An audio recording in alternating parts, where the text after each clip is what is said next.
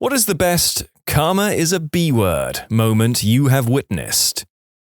I'm from San Diego, and during the summer you have to claim bonfire pits on the beach really early in the morning if you want it for that night. So my friends and I got to the beach at 8 a.m. and stayed there so we can get a bonfire going into the night. Just before sundown, this one couple asked if they could share the bonfire with us, and since our group wasn't too big, we decided to share it with them. However, that couple proceeded to bring a group of about 15 others, and they literally surrounded the pit and pushed us out. We were really annoyed, but we were so tired from being at the beach all day, so we decided to head out. Little did we know that that night had an extreme high tide warning, and when we moved all of our stuff over the wall that divided the beach walk with the beach, a huge wave came in and washed out that whole group surrounding our bonfire. The wave flipped over their table of food, took a handful of sandals back into the ocean, and destroyed all of their stuff. The best part was this one girl was trying to jump the wall to save herself, but she didn't jump high enough and ended up falling right back into the water. Karma is a B word. I was in daycare as a child. I had very long hair that my dad always put into a ponytail. There was a girl that would pull my ponytail all the time. We were doing a musical chairs thing at the end of the day while parents were picking us up. The girl was behind me and kept yanking my ponytail. I kept telling her to stop. The teacher didn't see anything, so I can't do anything about it. There were a bunch of parents waiting for us to finish our game, my mum included, and she kept doing it and the teacher didn't see it. So I turned around and punched her as hard as I could. She stumbled into the cubbies where we kept our coats. The teacher tried to chastise me and my mum was like, "Nope, didn't even see anything, didn't even get into trouble." I was running laps on a grass field in the military when I was about to lap a guy who'd always lap the crap out of me. So as I passed him, I yelled, "Gotcha, B-word," and immediately stepped in a hole in the ground and twisted my ankle. Despite the pain of jacking my ankle up, I thought the karmic payout was hilariously timed. That fool. YouTube fail videos have long since established that taunting your opponent seconds before the finish line basically guarantees some kind of karmic payback. My old manager was a monster, belittled people, made a hostile environment, denied everything that would make coworkers happy while giving herself every comfort, even denied me a half day to go to my mother's funeral, adding, "Would it be a big deal if you couldn't go?" He finally stepped on his own member after he wrote up a fictitious counseling statement about someone and the entire office revolted. The manager wasn't fired like we wanted, but he was relieved. So in comes the new manager. Very well regarded, 20-year Air Force veteran, retired at E9, humble guy who knew how to handle people. We have our first awkward team meeting, old manager bitterly in attendance. As the new manager is giving his "nice to meet you" speech, he sees the D-bag glancing around the table, trying to intimidate people. He stops talking, pauses for a few seconds, and then says, "You know, when I was in the Air Force, I learned that if you take care of your people, they'll take care of you." He then stared directly at the old manager and said, "If you don't take care of your people, they'll take care of you." Sitting on a state highway late at night because of a bad car accident. The highway was packed and barely moving. One guy thinks he's smarter than everyone else and tries to drive on the shoulder. He makes it a good little ways before running into an on-ramp, also packed with cars. He had nowhere to go and no one let him in. He was stuck between cars in the rightmost lanes and cars from the on-ramp.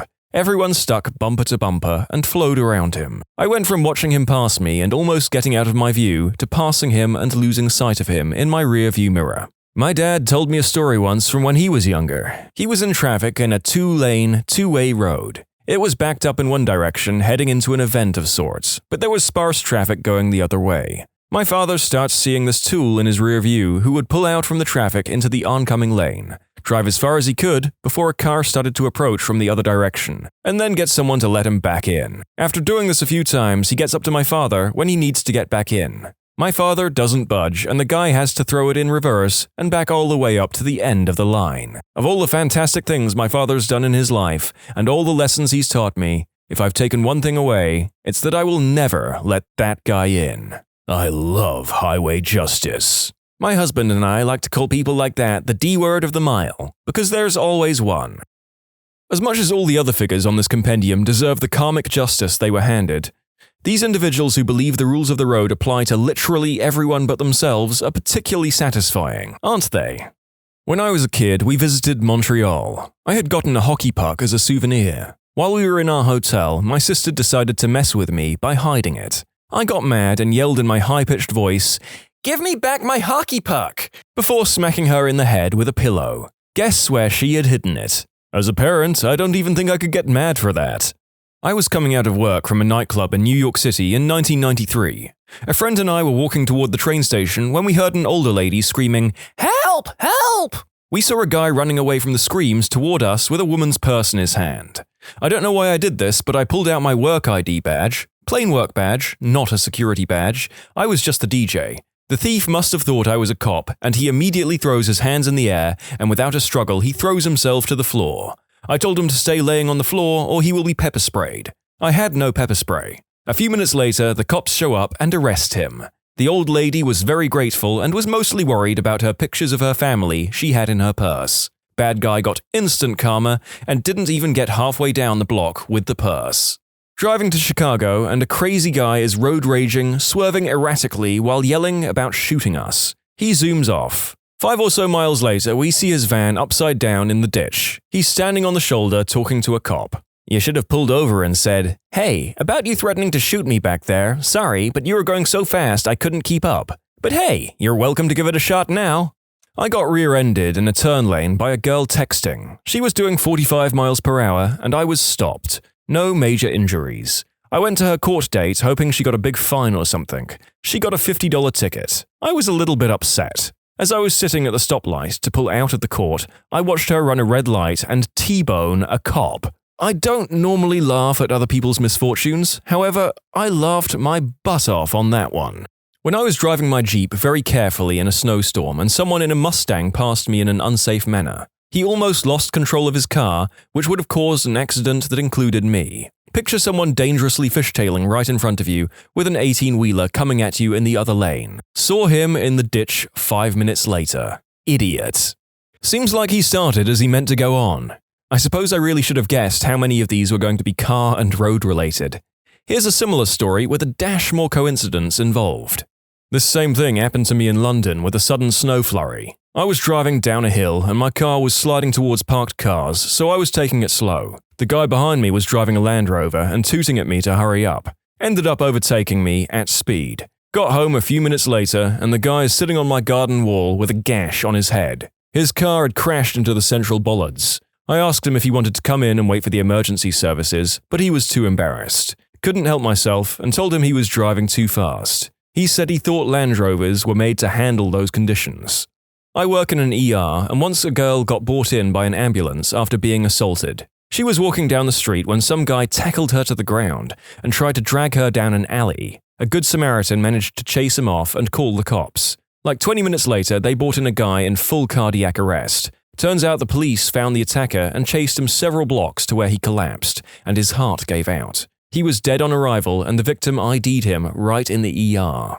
I was kicking a customer out for being racist and cursing at one of the employees. He yelled offensive stuff and then he tried to slam the door on his way out, but it had one of those things that make the door close slowly. He pushed it hard, but it didn't budge and he slipped and fell on the floor. We had a good laugh. The correct name for that thing is a door slowly closer. A door slowerer? Americans call boingy decelerate hallway blockers door slowly closers. When my ex-husband who stole $4,000 from me to go visit his mistress in another country called me to beg for money. Actually, my credit card number, as if, because his lights got cut off. The other day, I was taking my dog for a walk around the neighborhood. She squatted down to take a poop, and I reached for my doggy bags only to realize I was fresh out. So I peeked around, making sure nobody was looking, and I just left it. 10 minutes later, I'm walking across the road, and I cut through a thin grass median in the center, and what do you know? I step in dog poop. I wasn't even mad. I knew I deserved it.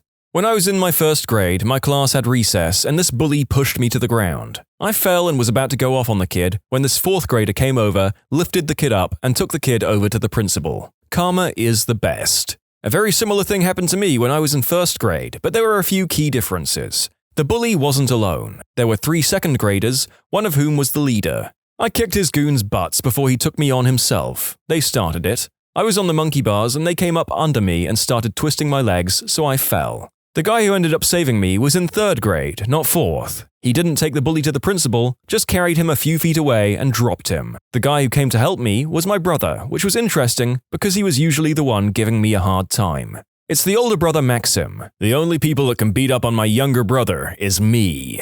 I was at a party one time, and this one girl couldn't stop talking crap about this other girl that was coming to the party. The other girl shows up, and this dude picked her up and hugged her and spun her around in a way where her foot kicked the girl that was talking crap right in the face while she was sitting on the couch. Her beer spilled all over her, and she caught a black eye. Every script or so, there is one story in particular that causes the narrator to spit out his drink all over the screen, laugh outrageously in public, or have to stop for a solid 5 seconds while he wheezes with laughter. This was that story. Happened to me at work. Meth head was trying to pay with like 1,000 coins for a $5 scratch-off. She tried to say she was only 10 cents short, ended up being over $1 short, then complained and said any decent person would have spotted her the money. Pretty much told her she could go down the street and try there if she'd like. She pulled out a 20 and bought 2. As she walked out the store, she said, "Karma is a B word." When she got to her car, a cop pulls up behind, blocking her in. They proceed to search the car, then arrest her and her boyfriend. It was hilarious. F her. So let me get this straight. She tried to buy a scratch-off using a bunch of coins, got mad when nobody gave her $1, and then pulled a 20? F that B word. A classmate in school broke one of his legs and was using crutches. He was about to go down the stairs and another kid kicked one of his crutches down the stairs. I walked down there and got his crutch for him, and while walking back up, the kid who kicked the crutches came tumbling down and I moved out the way. The kid broke his arm. Did you hear that? Yeah, it sounded like someone fell down the stairs. No, it was actually the sound of sweet, sexy karma returning the favor. Last Saturday, I was on a crowded NYC subway at 2 a.m. 2 drunk dudes, young 20s, lighting a joint and walking around flaunting it. One literally came up to me, "You think a weedhead ain't gonna smoke a joint?" Whatever that means. The whole train kept ignoring them and they kept parading around being a bunch of morons. They spotted 2 taller, athletic-looking dudes and started making fun of them for looking like cops. It was the line, "Which of you is the sergeant?" that finally put the athletic guys over the edge. They looked at each other, smiled, reached into their pocket, and pulled out their badges. "Okay, boys, empty your pockets." The subway blew up in laughter. They would have gotten away with everything if they just didn't go bother the 2 plainclothes police officers. Score 1 for the good guys. And then I went home and smoked up a joint myself in my living room. I worked as a bartender at a bowling alley. For some reason, one of the other bartenders hated me. She was constantly poaching people on my side, horseshoe-shaped bar, so we each got a side. We split tips, and whenever it was her turn to count them down, I know she wasn't splitting them properly. Tried to get the scheduling manager to put her on my days, etc. One of my regulars even said she caught her pocketing tips and not putting them in our communal bucket while I was working with her. Well, tournament season started, which everyone dreaded/looked forward to. Dreaded because the shifts were 2 or 3 times as long as normal, and there was a constant rush of people at the bar. Looked forward to because shifts were 2 or 3 times as long as normal, and there was a constant rush at the bar, so we'd make about as much in a day as we did in a week. Well, the first tournament was teams that she considered hers. They bowled on her side on days she worked, so she knew them well and was looking forward to their tournament tips. She came in, saw that I was scheduled to bartend that day, and flipped out. She started ranting to the manager, who happened to be the scheduling manager. The owner pretty much said I was one of the better bartenders, so I was getting put on the tournaments, and if she didn't like it, she could just leave. My co-worker left, and then I got to work her normal shifts as well. I was working in a pub in Liverpool and had just arrived about 10 a.m. to start my shift. I knocked on the door and waited for someone to let me in. I became aware of some voices shouting and turned around to see 2 guys, shirts off, swaggering towards me, talking in a language I didn't understand. They came right up to me and whatever little English they did speak came out. They called me a frickin' working girl and a frickin' B-word, etc. Nasty stuff, and I was really quite scared. I was knocking on the door really hard at this point, but after insulting me and laughing, they walked off towards a busy road. I watched as they walked out into the traffic, waving their arms at the cars to stop for them, then giving the drivers the finger. Suddenly, one of the cars stopped and 4 big guys got out. One of the nasty dudes ran off, but the big man got caught and shoved hard against the car a couple of times, clearly hurting his head and elbow. Then one of the guys made out that he was going to punch him, big time, drawing his fist far back. The little crap just covered his face and screamed. They didn't get hit, but the car guys and a lot of passers-by burst out laughing. They let him go and he ran away. That felt good. Nothing better than watching highway vigilante justice from the comfort of your own vehicle, huh? I hope at least some of the drivers had a packet of crisps to consume with the show. My dad kicked our dog because it was standing in front of the fridge and he wanted a beer. But as soon as he opened the fridge, the shelf that was holding the beer fell off and every single can busted open. Woman on a cell phone runs me off the road, flips me off for laying on the horn. She was going right and I was a ways back going left. A van was in front of her at the red light and she just plows into the back of it. I slowed down as I passed with the window down. Running me off the road wasn't enough to get your attention, huh? She flips out. I laugh and drive off into the sunset. You might have considered giving your contact information to the driver of the van. I was a witness, I saw her talking on her phone while driving, and saw her ram into your stopped vehicle, and will be happy to tell the same to your insurance company. My brother was making fun of an old man slowly shuffling across a parking lot. Look at Speedy Gonzales, or something, and 2 seconds after, he, my brother, bashes his foot on the cement parking barrier. He limped back to the car as I laughed hysterically. Every winter when my family and I would go skiing, if it was snowing on our drive up or back, there'd be an idiot soccer mum or dad driving a Suburban on worn-out all seasons, going 50 plus in the snowy lane, not the one people are driving in. It's always incredibly satisfying seeing them either pulled over or in the ditch. I made the mistake of pulling them out twice. Never again. They are never grateful and never admit they're an idiot for driving so fast. The last one, once I got them out and unhooked them, jumped in the Suburban and in order to make it move on the snow, floored it, achieving not much more than throwing snow behind them and making their already bad tires worse. I was working at a mental health facility for the elderly as a nurse, worked there for over a year with a perfect work record. I worked for the same company at another elderly facility, also for the same amount of time with a perfect work record. My coworker found out I have PTSD and decided to tell my boss at the psych facility that I have PTSD, and the two together plotted to have me committed. One day in October 2012, they launched their attack. I was working a 7 a.m. to 3 p.m. shift and doing very well for 2 hours when my boss called me into her office to congratulate me on 1 year service. When we were in her office alone, she started grilling me about my mental health and how it plays out at home. Next thing I know, she's forcing me to call my coworker, who is off duty, and making me go with her to the psych emergency because I have PTSD. The entire meeting was designed to stress me out and caused me to be triggered enough to behave poorly or crazy somehow to rationalize the next step, which was to cart me off to emergency, and when they see me, they will instantly know I belong locked away in a padded room. They didn't, though. The hospital said I was fine, just stressed out about being forced to go to the hospital like a crazy person for no reason other than admitting I had PTSD. After the hospital let me go, my boss put me on extended medical leave without telling me and ignored all my calls for 2 weeks. Wrote letters lying about me to her bosses and the HR department. I filed a union grievance and a complaint with a third-party whistleblower company for my company's head office to hear about. My boss lied about me to everyone. She said I told her I had a murderer in my head, that I was standing in front of mirrors with knives wanting to cut flesh. They believed her, so they shut down my complaints. I took it to the Human Rights Tribunal, self-represented, against the largest long-term care provider in North America, and I fricking won.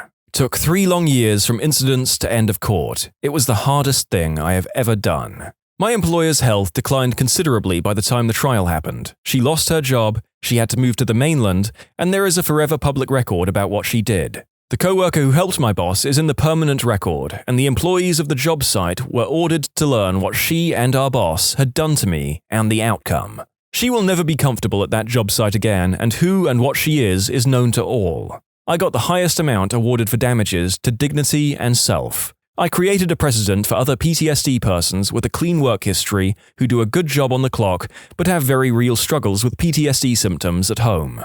No karma could possibly taste better than $40K and a clean reputation. When you subscribe, make sure to hit the bell to turn on notifications. Put the playlist on in the background to finish listening to all the stories, linked at the top of the description. And if you like Am I the Genius, give Am I the Jerk a shot, linked in the description too. Either way, thanks a lot for watching, and we'll see you guys next time.